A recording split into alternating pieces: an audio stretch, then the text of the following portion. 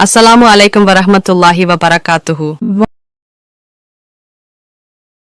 மனிதன் தன்னுடைய தாய் தந்தைக்கு நன்றி செலுத்தும்படி நாம் அவனுக்கு நல்லுபதேசம் செய்தோம்.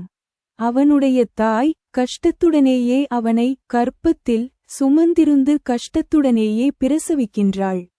அவள் கர்ப்பமானதிலிருந்து இவன் பால்குடி மறக்கும் வரையில் 30 மாதங்கள் மிக்க கஷ்டத்துடன் செல்கின்றன.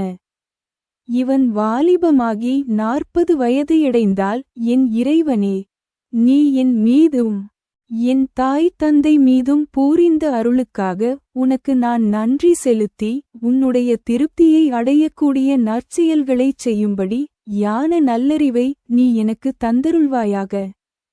எனக்கு உதவியாக இருக்கும்படி என்னுடைய குடும்பத்தை சீர்திருத்திவை. நிச்சயமாக நான் உன்னையே நோக்கினேன். உனக்கு முற்றிலும் வழிபட்டவர்களில் நானும் ஒருவன் என்று கூறுவான். அல் குர்ஆன் 46 முதல் 15.